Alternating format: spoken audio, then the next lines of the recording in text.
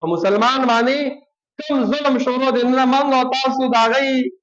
احوال اورو د هغې خبرو نه خبرېږو بیا هم مسلمان په زړه کې هغه شکوه هم نه پیدا کېږي. مسلمان اړو دا وایي نه چې یاره زما مسلمان ورور بل ملک کې دی په فلسطین کې په فلسطینیانو ظلمونه شروع دي نن موږ او تاسو د هغې لپاره څه وکړل؟ صرف دې ته هم پرېښوده چې الان کې پکار دي اسلامي ممالک چې څومره دي د دنیا کې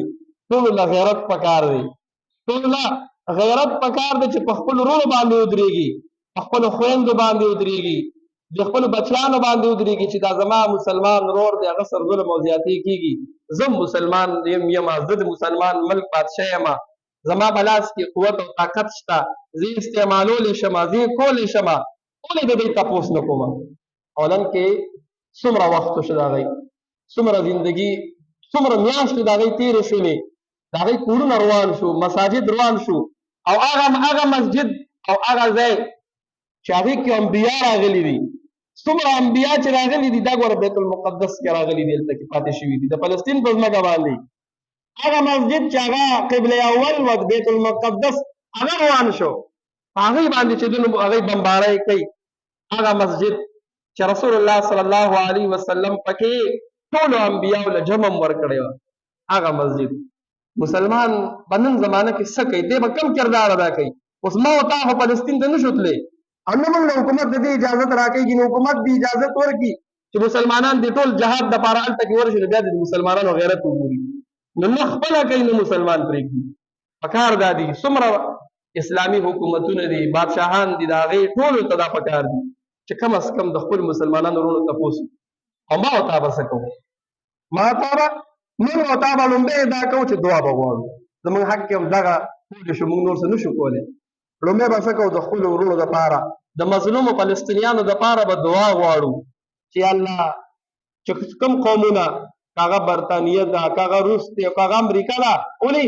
اسرائیل چې څومره دي نو دوی سره خپل د دوی خپل حکومت نشته دوی سره خپل طاقت نشته بلکې د شاته د دوی نه دا نور حکومتونه دي کفر دی یهود دي نصارا دي چې څومره فنډینګ کېږي نو هغه چې څومره پیسې لګي هغه هغوی ورکوي نو موږ به تا به څه کوو یو به دعا غواړو د خپلو وروڼو دپاره د مسلمانانو دپاره د دنیا په هر ګوټ کې چې مسلمان دی ظلم یې پرې کېږي نو موږ دعا غوښتې شو چې یا الله ته حفاظت وکړي ته د ظالم لاس ونیسي نو یو به دعا غواړو دویم نمبر به څه کوو چې نور څه نه شو کولی نو چې کم از کم اخراجات کم فنډینګ چې هغوی ته کېږي د کومو مصنوعاتو د کومو شیزونو د کومو کفنو چې هغوی دا د یهودو دي او هغه پیسې هغوی ګټي زما او ستا په لاس باندې او هغه پیسې هغوی باقاعده حصه مقرر کړې د هغه اسرائیلو ته ورکوي چې دا استعمال کړي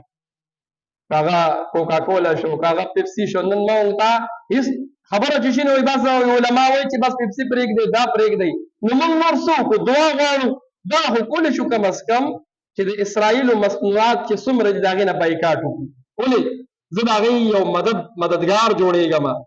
زه به یو مثال یو بوتل واخلم او هغې کې هغه زما دې کمپنۍ ته پیسې ځي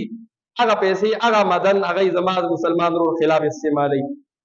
هغه بچت هغه پیسې د مسلمانانو فلسطینیانو مظلومو باندې استعمالیږي نو زه کم از کم دعا هم کولی شم او بیا د هغې د مصنوعاتو نه بایکاټ هم کولی شم دا خو زموږ حق کې دي که دا خو کولی شو کم از کم که نه دریم نمبر